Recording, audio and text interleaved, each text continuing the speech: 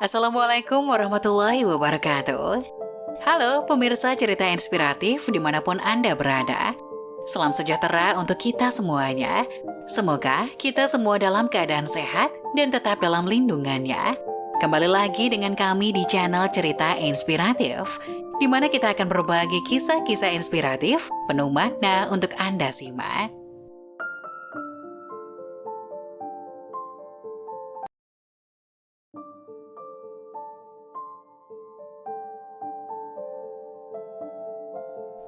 Wanita soleh ini ditinggal suami menikah diam-diam saat sedang hamil.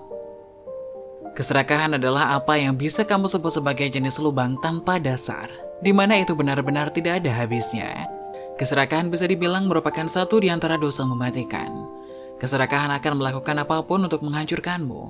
Itulah mengapa keserakahan disebut dosa paling mematikan. Orang yang serakah tak bisa puas dengan apa yang dimilikinya dan bahkan melakukan hal tercela untuk memuaskan keinginannya. Di sebuah pesantren yang terletak di lereng perbukitan Jawa, hiduplah seorang santri perempuan yang cerdas dan berbakat bernama Kustini. Kustini adalah gadis yang rajin menuntut ilmu agama dan ilmu umum di pesantren tersebut. Dia selalu ditemukan di perpustakaan pesantren, menyerap ilmu dari buku-buku kuno dan modern. Di sisi lain, ada seorang guru yang sangat dihormati di pesantren tersebut, yaitu Ustadz Damar. Damar adalah sosok yang bijaksana, memiliki pengetahuan agama yang mendalam, dan disukai oleh seluruh santri. Karisma dan kepribadian yang ramah membuatnya menjadi panutan di pesantren. Suatu hari Kusniti dan Damar dipertemukan dalam sebuah diskusi agama yang diadakan di pesantren. Kusniti terkesan dengan wawasan dan pemahaman mendalam yang dimiliki oleh Ustadz Damar. Mereka sering berdiskusi tentang ayat-ayat Al-Quran, hadis, dan masalah-masalah kehidupan sehari-hari. Kusniti mulai mengagumi tidak hanya keilmuan Damar, tapi juga akhlak dan kepribadiannya yang tulus. Waktu berlalu, Kusniti semakin sering berada di dekat kelas yang diajari oleh Ustadz Damar. Keduanya makin akrab dan Damar pun mulai menyadari ketulusan dan semangat belajar Kusniti. Sementara itu, perasaan Kusniti terhadap Damar tumbuh menjadi lebih dari sekedar rasa kagum, namun dia tidak berani mengungkapkannya. Suatu malam, setelah acara pengajian, Kusniti dan Damar berjalan bersama pulang ke asrama santri. Di bawah cahaya remang-remang lampu jalan pesantren, Kusniti dengan ragu-ragu membuka hatinya kepada Damar. Dengan penuh kehati-hatian, Kusniti mengungkapkan perasaannya yang selama ini terpendam. Ustadz Damar, saya selalu mengagumi ilmu dan kepribadian Anda. Saya merasa ada sesuatu yang lebih dari sekedar rasa kagum. Saya merasa saya mencintai Anda, kata Kusniti dengan wajah malu dan tegang. Damar terdiam sejenak, kemudian tersenyum lembut. Kusniti, saya merasa terhormat mendengar perasaanmu. Namun kita harus ingat posisi dan batasan di dalam pesantren ini. Cinta yang sejati adalah cinta kepada Allah dan Rasul-Nya. Kita harus fokus pada pembelajaran dan ibadah. Sakit dirasakan oleh Kusniti. Dia tak tahu kenapa untuk pertama kalinya dia jatuh cinta, saat itu pula ia terluka. Akhirnya Kusniti yang menyerah pun pura-pura tidak terjadi apa-apa pada cinta pertamanya itu. Waktu berlalu dengan cepat. Hari kelulusan Kusniti tiba. Seiring lonceng yang berkumandang, Kusniti memperoleh ijazah pesantren dengan predikat yang sangat memuaskan. Dia mendapatkan penghargaan sebagai santri terbaik dalam bidang studi agama. Di hari perpisahan, suasana pesantren penuh dengan keharuan. Kusniti merasakan campuran perasaan yang senang dan sedih. Dia merindukan teman-teman seperjuangannya dan guru-guru yang telah memberikan ilmu serta bimbingan padanya. Ustadz Damar yang juga turut hadir di acara kelulusan memberikan selamat pada Kusniti dengan tulus. Kusniti yang sangat bangga dengan pencapaiannya. Kusniti, saya sangat bangga dengan pencapaianmu. Semoga ilmu yang kamu peroleh dapat menjadi ladang amal yang membawa manfaat bagi dirimu dan masyarakat, ucap Damar sambil tersenyum. Entah karena masih sakit hati atau apa, Kusniti hanya diam tanpa senyuman mengambang begitu mendengar ucapan dari Damar. Ia malah langsung berlalu begitu saja tanpa mengucapkan sepatah kata pun. Tahun berganti, Kusniti kecil yang dibesarkan di sebuah pesantren kini sudah memasuki usia dewasa. Banyak perubahan dari dirinya, mulai dari kepribadian, kecantikan, dan pola pikirnya. Kusniti yang kini memasuki masa-masa akhir dan master, semakin terlihat cantik dan menarik. Banyak laki-laki yang mendekatinya, tapi Kusniti mengabaikannya dengan alasan dirinya ingin fokus kuliah terlebih dahulu. Suatu ketika, selembar undangan yang mengingatkannya kepada cintanya di masa lalu datang. Undangan untuk menghadiri acara di pondok pesantren tempat Kusniti mencari ilmu. Tempat Kusniti bertemu cinta pertamanya dan juga tempat Kusniti merasakan sakit hati pertamanya. Akhirnya setelah menempuh perjalanan beberapa jam dari kosannya, Kusniti menapakkan kaki di pesantren itu lagi. Ia langsung disambut oleh panitia acara sebagai alumni dan menikmati pertunjukan yang diadakan oleh santri pesantren itu. Hingga tiba-tiba matanya bertemu dengan sosok laki-laki yang tidak asing baginya. Lelaki itu masih terlihat sama seperti tak termakan usia. Lelaki itu malah semakin terlihat bijaksana. Dia adalah Damar yang ternyata dari tadi memandangi Kusniti dari kejauhan. Mendapat tatapan yang sama, Kusniti pun menganggukkan kepala tanda hormat dan salam sapa. Damar yang mendapat anggukan dari Kusniti tersenyum manis. Damar merasa Kusniti yang sekarang itu sudah sangat berubah. Ia terlihat lebih cantik di matanya. Setiap kali Damar melihat Kusniti, hatinya berdebar-debar dan pandangannya penuh dengan kelembutan.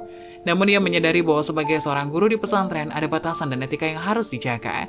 Acara yang berlangsung selama 3 hari itu memberikan kesempatan Kusniti dan Damar untuk bereuni. Karena statusnya bukan santri lagi, Kusniti bebas melenggang untuk memasuki pesantren putri untuk menyapa para santri di sana dan berbagi pengalaman seputar kehidupan kuliahnya. Dari kejauhan, Damar memandangi setiap gerak-gerik Kusniti. Gadis yang pernah ditolaknya itu kini menjadi semakin menarik perhatian. Hingga suatu hari, ketika pesantren sedang sepi setelah sholat Isya, Damar memutuskan untuk berbicara dengan Kusniti. Mereka duduk di bawah pohon tua yang menjadi saksi bisu bagi banyak kisah di pesantren itu. "Kusniti," ucap Damar dengan lembut. "Saya ingin bicara tentang sesuatu yang mungkin tidak pernah saya ungkapkan sebelumnya. Saya menyadari bahwa kita punya perbedaan posisi dan umur. Tapi hati ini tidak pernah berhenti memikirkanmu. Saya tak bisa menahan perasaan ini lagi." Kusniti mendengarnya dengan baik-baik dan ekspresi wajahnya terlihat campuran antara keterkejutan dan kelembutan. Damar melanjutkan, "Namun, saya sangat menghormati posisi kita di pesantren ini. Kita harus menjaga batasan-batasan yang ada. Cinta kita harusnya ditempatkan pada Allah dan perjuangan mencari ilmunya. Saya tidak ingin membebani hatimu dengan perasaan yang mungkin sulit dipahami." Kusniti yang mendapat pengakuan itu merasa bingung. Ia tidak tahu harus merespon apa dan bagaimana. Ia tahu cintanya dulu bertepuk sebelah tangan, tapi kenapa hatinya sekarang seolah sedang bergejolak gembira. "Maaf Ustadz Damar, ini di pesantren. Saya tidak bisa menerima pernyataan Ustadz Damar begitu saja. Kalau begitu saya permisi, Assalamualaikum," kata Kusniti kemudian berlalu meninggalkan Damar. "Kusniti, apakah aku ditolak?" kata Damar sedikit berteriak pada Kusniti yang agak jauh. Tapi Kusniti hanya berdiri dan memandanginya dengan senyum kemudian pergi lagi meninggalkan Damar yang masih berdiri mematung di depan masjid. Hingga pagi harinya Kusniti pun pamit dari acara tersebut karena memang acara sudah selesai.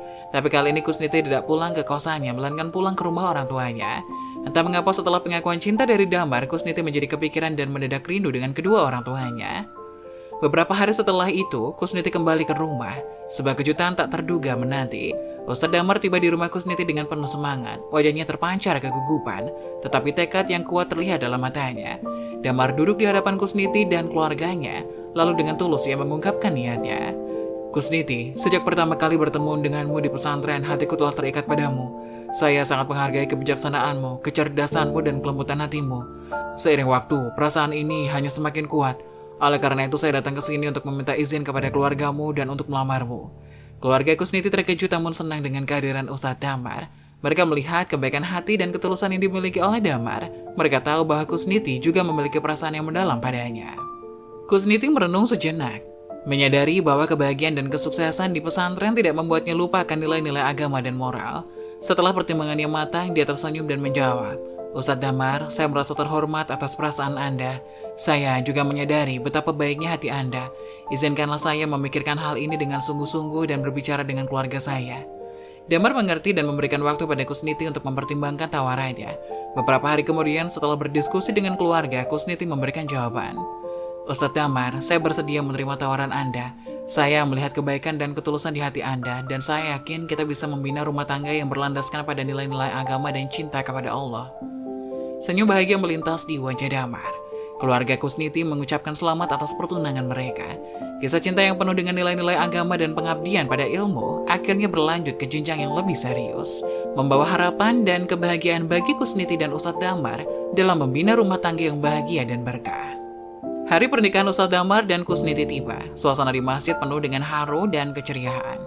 Masjid yang didekorasi indah dengan bunga-bunga segar dan hiasan tradisional menciptakan atmosfer yang khusyuk dan penuh berkah.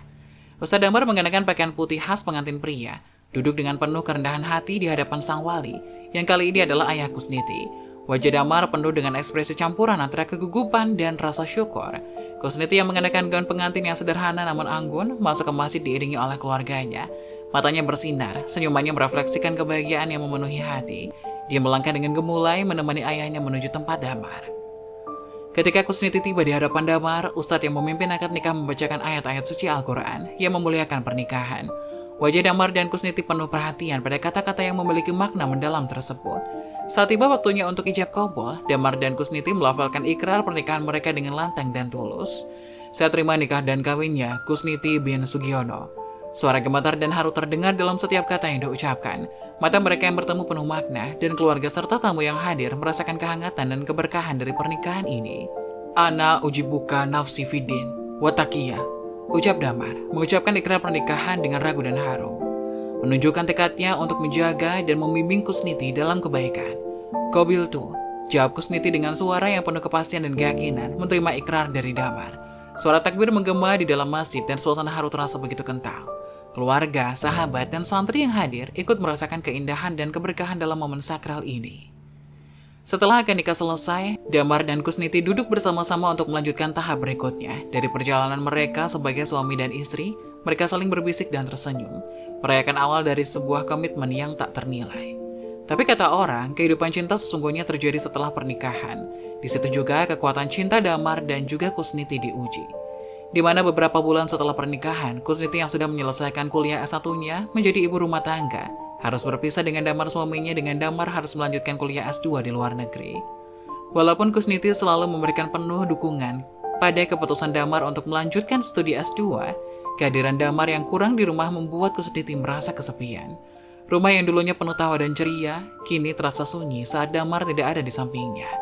Kusniti menjalani hari-harinya dengan menyelesaikan pekerjaan rumah tangga, membaca, dan mengikuti kegiatan sosial di sekitar tempat tinggalnya. Namun kehadiran Damar yang biasanya menjadi pendamping setia dan sahabat membuatnya merasa kehilangan. Setiap malam, Kusniti menunggu telepon dari Damar dengan penuh rindu. Saat Damar menelpon, Kusniti selalu menyambutnya dengan senyuman yang hangat, mencoba menyembunyikan perasaan yang mulai merasa kesepian. Namun Damar bisa merasakan perubahan dalam suasana hati Kusniti. Sayang, maafkan aku menyadari bahwa kesibukanku di kampus membuatmu merasa kesepian. Aku sangat menghargai dukunganmu, dan aku berjanji saat pulang nanti, kita akan pergi bulan madu yang kedua, ucap Damar dengan suara yang penuh penyesalan. Kamu janji ya sayang, kata Kusniti. Janji, jawab Damar. Suatu pagi, Kusniti terbangun dengan tubuh yang terasa lemas dan sakit kepala yang tak tertahankan. Ia mencoba untuk bangun dan melanjutkan aktivitasnya seperti biasa. Tapi rasa sakit yang semakin parah membuatnya terpaksa untuk kembali berbaring. Kusniti mencoba menghubungi Damar, tapi panggilannya tidak diangkat. Pesan singkatnya tak mendapatkan balasan. Pada siang itu, sakit Kusniti makin parah, demamnya meningkat dan tubuhnya terasa lemas. Ia merasa kehilangan energi dan kehangatan, dan kekosongan rumah yang seharusnya dipenuhi oleh kehadiran Damar semakin terasa. Di sisi lain, Damar masih di perpustakaan dibuat kaget karena HP-nya mati. Ia lupa ngecas malamnya karena terus teleponan dengan Kusniti. Hingga akhirnya Damar pun memutuskan untuk mengecas nanti setelah pulang dari perpustakaan. Hari itu matahari terbenam di langit kampus luar negeri yang indah. Damar duduk di sudut perpustakaan dengan buku-buku di sekitarnya, mencoba memahami materi kuliah yang baru saja diajarkan. Suara langkah kaki yang tenang mendekat, dan Damar melihat seorang mahasiswa dengan pakaian yang sopan dan berambut panjang coklat. Dengan buku di tangannya berhenti di depan rak buku yang sama dengan Damar. Mahasiswa dari Indonesia? Tanya wanita itu. Iya, dari Indonesia juga. Tanya Damar. Iya, kenalin, Cynthia. Damar. Setelah perkenalan singkat itu, mereka mulai bicara tentang buku-buku yang mereka baca dan seiring waktu, obrolan mereka merambah ke topik-topik lain. Hingga Damar teringat dengan HP-nya yang lowbat. Dan untungnya, Cynthia membawa charger yang sama dengan HP Damar. Hingga akhirnya mereka melanjutkan perbincangan sambil menunggu HP Damar menyala kembali. Hingga akhirnya HP-nya menyala, Damar melihat pesan-pesan yang belum dibalas dan beberapa panggilan yang tak diangkat. Hatinya terasa berat, ia segera menghubungi Kusniti dan merasa cemas ketika mendengar suaranya yang terdengar lemah. Sayang, maafkan aku tidak tahu kamu sakit, ucap Damar dengan suara penuh penyesalan. Kusniti yang terbaring lemah mencoba tersenyum. Tidak apa-apa sayang, aku tahu kamu sibuk, ini hanya demam. Namun Damar merasa bersalah dan tak tega melihat Kusniti yang tampak begitu rapuh. Dalam video call-nya Damar tampak khawatir karena tidak bisa mendampingi saat sakitnya Kusniti. Tapi mau bagaimana lagi, dirinya berada di luar negeri dan tidak bisa langsung pulang begitu saja. Satu-satunya yang bisa dia lakukan adalah belajar semaksimal mungkin dan mendapat nilai terbaik agar bisa lulus tepat waktu dan bisa segera pulang berjumpa dengan istrinya.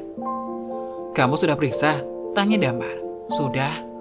Terus kata dokter apa? Tanya Damar khawatir. Aku hamil, 2 minggu. Jawab Kusniti masih melemah. Wajah Damar langsung berseri-seri dan matanya berbinar-binar. Ia bangkit dari tempat duduknya dan mendekati Kusniti dengan penuh kebahagiaan. Benarkah? Ini kabar yang luar biasa. Alhamdulillah. Kita akan jadi orang tua. Apa kamu senang sayang? Tanya Kusniti. Sangat senang, ini adalah berita terbaik dalam hidupku. Aku sangat bersyukur atas karunia ini. Kita akan menjalani perjalanan yang luar biasa bersama, ucap Damar dengan tulus. Kusniti merasa ikut senang begitu melihat wajah senang dari Damar. Tapi sayang trimester pertama kehamilan Kusniti ternyata harus dijalani tanpa kehadiran Damar di sampingnya. Damar yang tengah menimba ilmu di luar negeri merasa sangat menyesal karena tidak bisa mendampingi Kusniti dalam momen yang begitu berharga ini. Kusniti merasa kesepian dan rindu akan kehadiran Damar. Kehadiran sang buah hati dalam kandungannya membawanya pada berbagai perubahan emosional. Dan tanpa Damar di sisi, kesepian itu semakin terasa. Ia merindukan kehadiran Damar untuk bicara, berbagi cerita, dan merasakan setiap momen kehamilan bersama. Damar, meskipun sibuk dengan pekerjaannya, merasa sangat terpukul mendengar bahwa Kusniti merasa sendirian. Ia berusaha memberikan dukungan dari jarak jauh melalui telepon dan pesan-pesan. Setiap malam mereka berdua berbicara tentang hari-hari mereka. Kusniti berkisah tentang perubahan fisik dan emosional yang ia rasakan, dan Damar berusaha memberikan semangat dan dukungan dari kejauhan. Meski begitu, Kusniti tetap merindukan kehadiran fisik Damar yang tidak dapat digantikan oleh kata-kata dan suara melalui telepon. Beberapa kali, ia merasa hampa dan cemas menghadapi perubahan tubuhnya sendirian. Kusniti berusaha tetap kuat dan optimis, namun kehadiran Damar sangat ia perlukan untuk melewati masa-masa ini dengan lebih tenang. Bulan berlalu, karena kesibukan yang tidak henti, Damar menjadi jarang untuk menghubungi Kusniti. Seharian ia akan berada di kampus dan di sisa hari yang lain ia gunakan untuk bertemu teman-temannya lalu pulang dalam keadaan lelah. Yang tanpa diduga, ternyata Damar dan Cynthia satu kelas dan satu kelompok di suatu mata kuliah. Mata kuliah yang membawa Damar dan Cynthia bersama-sama adalah Cross-Cultural Communication, sebuah pelajaran yang memberikan mereka kesempatan untuk lebih memahami perbedaan budaya dan bahasa. Dalam kelompok mereka ditempatkan bersama untuk sebuah proyek penelitian tentang interaksi antar budaya di lingkungan kampus. Dalam setiap pertemuan kelompok, Damar dan Cynthia semakin akrab satu sama lain. Mereka berdua memberikan kontribusi yang berharga untuk proyek mereka, saling melengkapi dengan pemahaman budaya masing-masing. Damar membagikan pengalaman hidupnya di Indonesia, sedangkan Cynthia menceritakan kehidupannya di Perancis. Mereka sering bertukar pandangan dan ide di luar waktu kuliah. Terkadang setelah kelompok berkumpul, mereka berdua duduk di perpustakaan atau kafe kampus, membahas topik kuliah, budaya, dan juga mimpi-mimpi mereka. Semakin lama, persahabatan mereka berkembang menjadi lebih dalam. Suatu hari ketika sedang bersama-sama menyelesaikan proyek penelitian mereka di perpustakaan, Damar menyadari bahwa perasaannya terhadap Cynthia telah berubah. Ia merasa lebih dari sekedar teman, dan itu membuatnya merasa gugup dan bingung. Sementara itu, Cynthia juga mulai merasakan kehadiran Damar yang khusus dalam hidupnya. Karena berasal dari negara yang sama, Damar dan Cynthia seringkali menemukan kesenangan dalam mengerjakan tugas bersama. Mereka menjadi mitra studi yang tak terpisahkan, memanfaatkan keahlian dan pengetahuan masing-masing untuk mendukung kesuksesan akademis mereka. Pada malam-malam menjelang ujian, mereka sering berkumpul di perpustakaan atau di ruang kelompok studi kampus. Suasana yang penuh semangat dan fokus membantu mereka mencapai hasil yang baik dalam setiap tugas dan ujian. Damar membantu Cynthia memahami konsep-konsep yang mungkin sulit untuk diterjemahkan ke dalam bahasa Prancis. Sementara Cynthia membantu Damar memperdalam pemahamannya tentang budaya dan linguistik. Di sela-sela sesi studi mereka, Damar dan Cynthia menemukan momen-momen santai untuk saling bercerita dan tertawa. Keharmonisan keduanya dalam mengerjakan tugas tidak hanya mencerminkan kerjasama akademis, tapi juga keintiman dalam hubungan mereka. Penuh dukungan satu sama lain, mereka menjadi tempat curhat yang nyaman, berbagi impian dan mendukung satu sama lain dalam setiap langkah. Suatu malam yang gelap, ketika Cynthia sedang tinggal di kosannya, tiba-tiba terjadi kebakaran yang melanda gedung itu. Cynthia panik dan berusaha untuk menyelamatkan diri, tapi jalur keluar sudah dipenuhi asap tebal. Ketika keadaan semakin genting, Damar yang kebetulan berada di dekat kos Cynthia mendengar teriakan dan melihat kobaran api. Tanpa ragu, Damar segera berlari mendekati gedung yang terbakar. Dia merasakan adrenalinnya berpacu ketika melihat kondisi yang mencekam. Tetapi tekadnya untuk menyelamatkan Cynthia mengatasi segala ketakutannya. Dengan berani, Damar masuk ke dalam gedung dan menemui Cynthia yang hampir tak bisa bernafas karena asap. Damar menuntun Cynthia keluar dari gedung yang terbakar dengan selamat. Mereka berdua tiba di tempat yang aman. Cynthia, meskipun masih dalam keadaan terguncang, merasa bersyukur karena Damar datang tepat pada waktunya untuk menyelamatkannya. Saat itu di tengah kegelapan malam yang dipenuhi kepulan asap, Cynthia memandang mata Damar dengan penuh rasa syukur.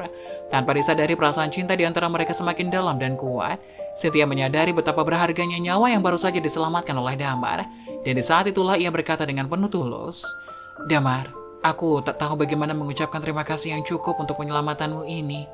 Tapi aku ingin berjanji padamu, aku akan menjadi bagian dari hidupmu. Aku berjanji akan menikahimu karena kau telah menyelamatkan hidupku." Damar yang merasa bahagia karena bisa menyelamatkan Cynthia tersenyum dan berkata, "Aku tidak melakukan ini untuk mendapatkan janji darimu, Cynthia. Aku melakukan ini karena aku peduli padamu, tapi jika itu yang kau inginkan, aku akan senang menerimanya." Mereka berdua meskipun masih terpenuhi asap dan kegelapan merasa bahwa momen itu membawa mereka lebih dekat satu sama lain. Cynthia yang berjanji akan menikahi Damar, dan Damar yang merasa memiliki motivasi baru dalam hubungan mereka, sebuah janji yang dilandasi oleh cinta, keberanian, dan kebahagiaan. Dalam kejadian tragis itulah, sebuah janji diberikan dan sebuah cinta semakin menguat. Setelah berhasil menyelamatkan Cynthia dari kebakaran di luar negeri, Damar dan Cynthia pulang ke Indonesia saat liburan tiba. Mereka merasa bahwa momen itu adalah waktu yang tepat untuk memperkuat hubungan mereka dan memutuskan untuk melangkah ke tahap yang lebih serius. Tanpa menunda-nunda, Damar menyatakan niatnya untuk melamar Cynthia. Mereka bersama-sama menuju rumah orang tua Cynthia, tempat di mana Cynthia dibesarkan. Keluarga Cynthia menyambut kedatangan mereka dengan tangan terbuka. Mengetahui Damar adalah orang yang telah membuktikan dirinya sebagai pasangan yang peduli dan bertanggung jawab. Di tengah-tengah suasana hangat keluarga, Damar dengan tulus menyampaikan niatnya untuk menikahi Cynthia. Ia menyatakan cintanya yang dalam keyakinannya bahwa Cynthia adalah orang yang tepat untuk bersamanya. Orang tua Cynthia melihat kebahagiaan di mata anak perempuan mereka, dengan senang hati memberikan restu pada mereka. Dalam waktu yang singkat, rencana pernikahan disusun dengan penuh sukacita. Mereka memilih untuk mengadakan pernikahan sederhana, melibatkan kedua budaya mereka. Persiapan pernikahan dilakukan dengan cinta dan kebersamaan menciptakan momen-momen yang penuh makna bagi Damar dan Cynthia. Saat acara pernikahan Damar dan Cynthia berlangsung, suatu kejadian tak terduga membuat suasana menjadi tegang. Tiba-tiba seorang wanita hamil muncul di depan rumah Cynthia, berteriak dengan keras. Terkejut, tamu-tamu yang hadir berpaling ke arah teriakan tersebut, menciptakan keheningan mendalam. Wanita hamil itu ternyata adalah Kusniti, istri pertama Damar yang hadir tanpa diundang. Ekspresi terkejut dan kebingungan tergambar jelas di wajah Damar dan Cynthia. Wanita itu dengan suara lantang dan penuh emosi mengungkapkan bahwa Damar telah menikah lagi tanpa seizinnya. "Bagaimana bisa kau menikah lagi, Damar? Apa yang kau lakukan ini tanpa memberitahu aku?" teriak wanita itu, air mata mengalir di wajahnya. Damar terkejut dan bingung mencoba menjelaskan situasi. Aku tidak tahu kau akan datang. Aku tidak bermaksud menyakiti hatimu. Cynthia dan aku saling mencintai dan memutuskan untuk bersama. Aku minta maaf jika ini menyakitimu." Yang tidak diketahui oleh Damar adalah Kusniti mengetahui apa yang dilakukan Damar begitu ia menampakkan kaki di Indonesia. Kabar liburnya Damar dari kampus sudah sampai di telinga Kusniti sebelum Damar pulang. Karena mendapat kabar kepulangan Damar dari teman satu kampusnya, Kusniti berencana untuk memberi kejutan dengan menjemput Damar di bandara secara tiba-tiba. Tapi begitu ia di bandara, ia malah mendapat pemandangan yang menyakiti hatinya. Damar bergandengan mesra dengan seorang wanita yang ia tidak kenal sama sekali. Damar bersama wanita itu pun melanjutkan mobilnya begitu cepat ke tempat yang jauh dari arah rumah Kusniti dan Damar. Dengan terpaksa Kusniti pun mengikuti kepergian Damar dan wanita itu, hingga ia melihat pernikahan keduanya sedang dilangsungkan. Kekecewaannya tidak hanya berkaitan dengan fakta bahwa Damar menikahi Cynthia tanpa memberitahunya, tapi juga karena Kusniti sedang hamil sehingga kejadian ini memberikan dampak emosional dan fisik yang kompleks. Setelah bicara di dalam rumah, suasana menjadi tegang dan penuh emosi. Kusniti duduk dengan penuh rasa sakit dan kesedihan, sementara Cynthia mencoba menjelaskan niat baik mereka, meskipun sadar bahwa perasaan Kusniti tetap terluka. Namun Kusniti terluka secara mendalam. "Apa yang kalian lakukan ini tidak adil. Aku hamil dan kalian berdua membuat keputusan ini tanpa mempertimbangkan perasaanku dan anak ini," serunya sambil menahan tangis. Cynthia merasa ditipu dan terluka oleh ketidaktransparan suaminya. Rasanya sebagai bagian dari peristiwa ini membawa gejolak emosional yang rumit. Ketika Kusniti meninggalkan rumah, Cynthia menahan kemarahannya dan berusaha memahami situasi yang rumit ini. Namun ketika berbicara dengan Damar secara pribadi, emosinya mulai terungkap. Dalam percakapan mereka di ruang tenang, Cynthia tidak dapat lagi menyembunyikan rasa sakit dan kekecewaannya. "Damar, aku merasa ditipu dan terluka. Aku memilih untuk bersamamu. Tapi, kau tidak memberitahuku tentang pernikahan ini dengan Kustini. Kenapa kau tidak memberitahuku sejak awal?" Damar merasakan rasa bersalahnya, mencoba menjelaskan. "Cynthia, aku minta maaf. Aku tidak bermaksud menyakiti perasaanmu. Aku tidak tahu bagaimana memberitahumu dan aku takut ini akan merusak hubungan kita." Cynthia dalam keadaan emosional yang rumit merasa terluka dan ditipu oleh Damar. Meskipun cinta mereka masih ada, rasa kecewa dan kehilangan kepercayaan membuatnya mengambil keputusan sulit. Dalam satu momen yang penuh ketegangan, Cynthia memutuskan untuk mengusir Damar dari rumah mereka. "Damar, aku butuh waktu sendiri untuk merenungkan semuanya. Aku merasa terluka dan kecewa. Aku rasa saat ini yang terbaik adalah jika kau meninggalkan rumah ini," ujar Cynthia dengan suara yang penuh emosi. Setelah diusir oleh Cynthia, Damar memutuskan untuk pulang ke rumahnya yang sebelumnya ia bagikan bersama Kusniti. Namun ketika Damar tiba di rumah, ia menyadari bahwa Kusniti tidak di sana. Rumah itu terasa sunyi dan kosong. Dengan kekhawatiran yang mendalam, Damar mencoba menghubungi Kusniti, tapi panggilannya tidak dijawab. Keprihatinan dan rasa bersalah semakin menghantui. Beberapa bulan setelah kejadian yang mengguncang rumah tangga Damar, 2 surat cerai tiba di tangannya. Satu surat datang dari Kusniti, istri pertama Damar, dan yang lainnya dari Cynthia, istri kedua yang baru saja menikah dengannya.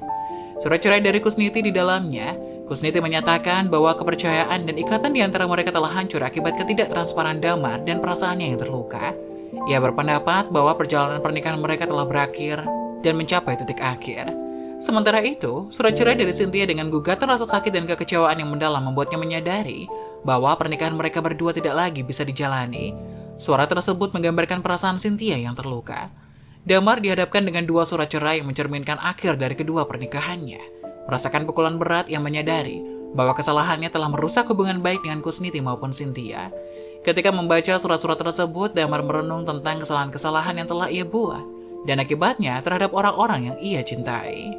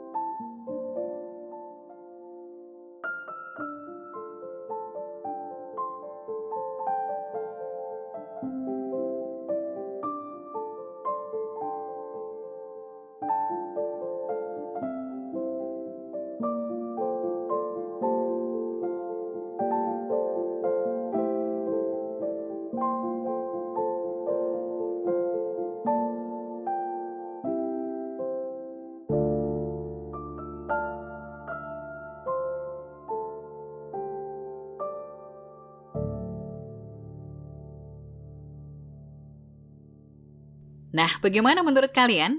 Jangan lupa tulis pendapat kalian di kolom komentar ya. Wassalamualaikum warahmatullahi wabarakatuh.